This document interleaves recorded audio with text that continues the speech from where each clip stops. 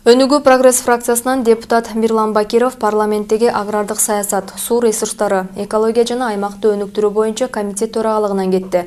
Бул туурасында ал комитеттин 21 ноябрдагы жыйынында билдирди.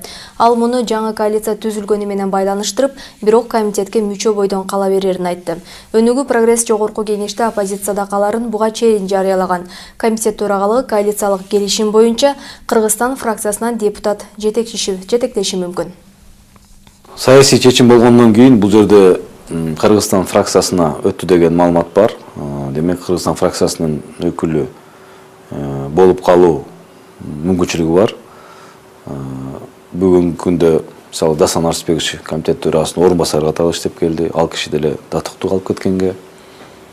Назар Айтмамат Кошоевич мына 1-2 күн мурун мен аркы жума комитетке мүчө болуп келиптир. Ал киши дагы тажрыйбалуу инсан.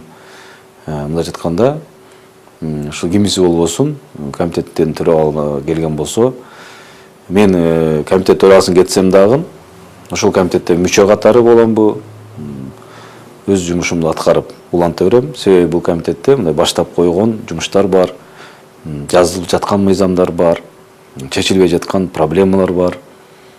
Биздин өнүгүү прогресс партиясынын багыты айыл чарба болгондон кийин, айыл чарбага болгону мамилебиз дагы өзгөчө болуш керек. Ошондуктан ушул максатта, ушул жаатта жумушумду алып барам деп айтсам туура болот.